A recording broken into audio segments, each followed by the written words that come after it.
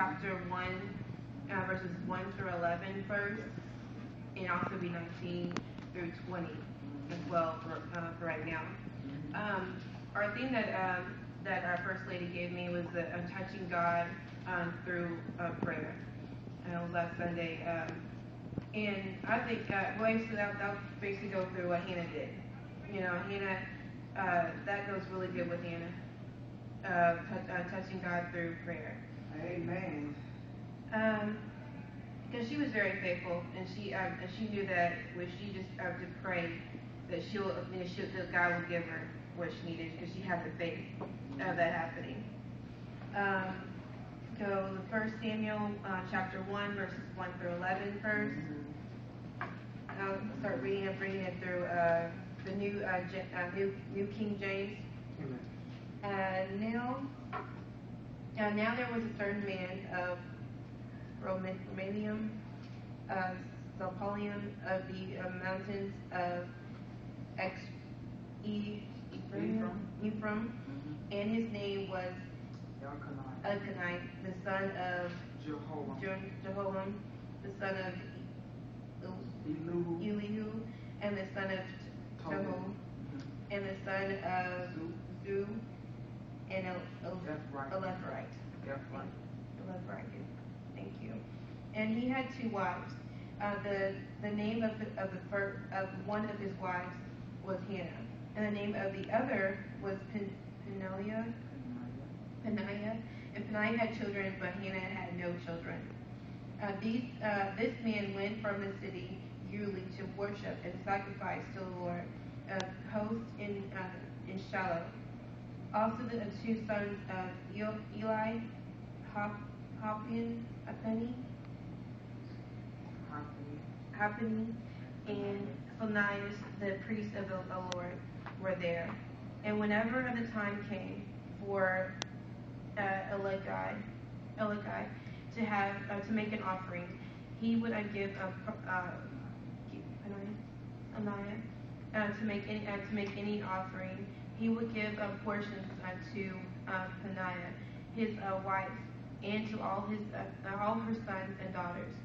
But to Hannah he would give a double portion, for he loved Hannah through the Lord, and had closed her womb. And her rival also provoked her severely to make her miserable, because the Lord had closed her womb. So it was year by year, when she went up to the house of the Lord, that she provoked her. Therefore she wept and did not eat. Then Elkanah, her husband, said to her, Hannah, why do you weep? Why do you not eat? And why is your heart grieved? Am I not better to you than 10 sons? So Hannah arose after they had finished eating and drinking in Shiloh. Now Eli, the priest, was sitting up on the seat by the doorpost of the tabernacle of the Lord. And she was in bitterness of soul, and prayed to the Lord, and wept in anguish. And then she made a vow and said, O Lord of hosts, if you will indeed look on the affection of your maidservants, and remember me, and not forget your maidservant, but will give your maidservant a male child, and then I will give him, the Lord, all the things of his life, and no razor shall come upon his head. That was 1 Samuel chapter 1 through 11. And I'm also going to go to the next verse, 19 through 20. It says, Then they arose early in the morning and worshipped before the Lord, and returned and came to their house at Ramah, and Elkanah knew Hannah, his wife, and the Lord remembered her.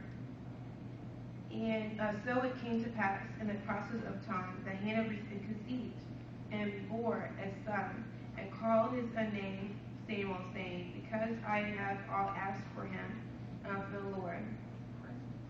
That was I really liked that a lot because she had knowing she couldn't have children, especially just looking at his other wife, and it's very discouraging for her. Amen. Because she had to really think like, wow, she can have children. She had, and her husband, with her, they had a couple of sons and daughters, and it was kind of discouraging for her because she had to see that all the time.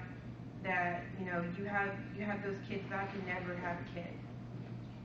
But she still had the faith. She had faith that what, I know I can. I'm just gonna leave it up to the Lord, and He can give it to me. Yes. So that's what she did. She one day she just went to the Lord. Her husband's kind of worried for her, and asked her, why are you weeping? Why are you, why you're not eating? Why are your heart so grieved, and why you're so sad? And am I not enough for you? And she she rose up and she's like, okay, and just kind of like lift heart and go, what, I can't feel sorry for myself in a way. Which nowadays we do. We come up feeling sorry for ourselves, but it's always good to lift ourselves up and be, what, I can do this. I can move on from my troubles. Yes.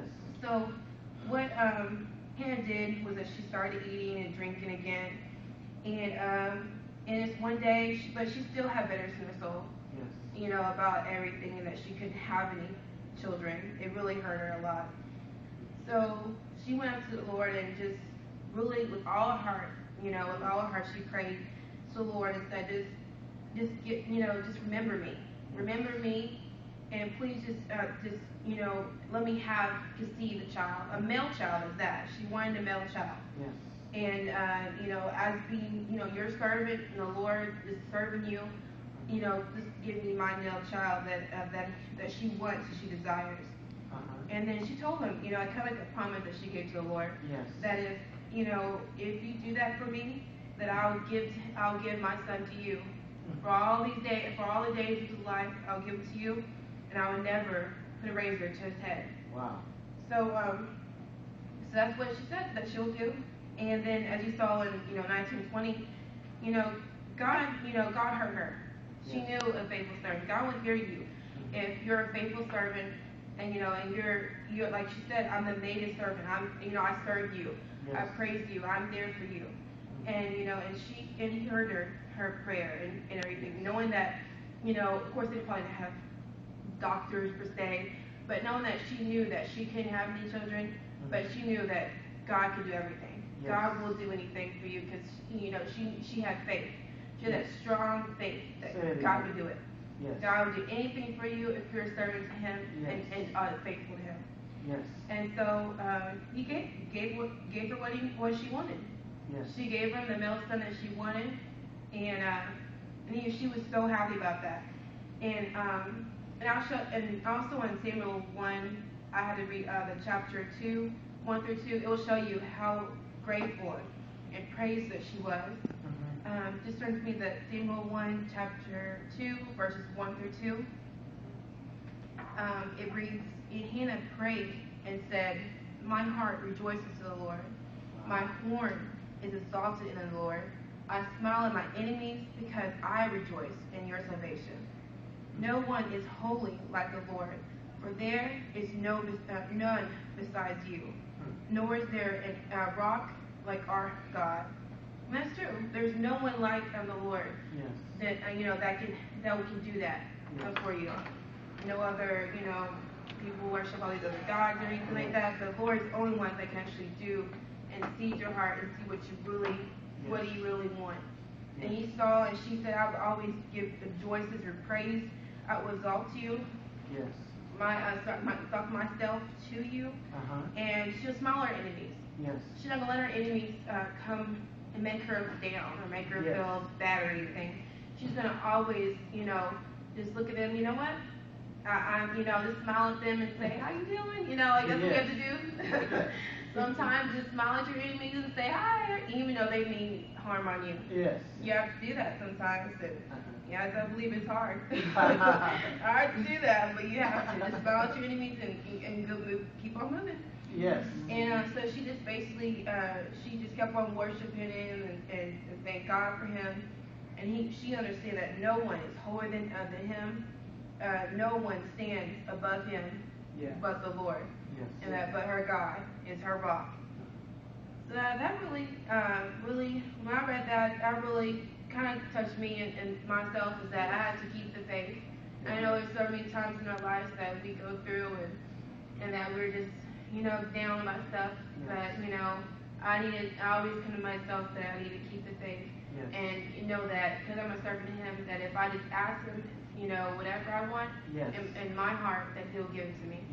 It might be, and not be at the time that I wanted, because, like it says that God, he's on his own time, he's not in our time. But I know that if I just keep on being a servant to him, and keep on praying and keep on fasting and do what I need to do, then the Lord will hear my heart and know what I want. What I want. Great. Truly. Amen. So that was the message I have today. Amen. Thank God. And thank God for that. I thank God for my pastor.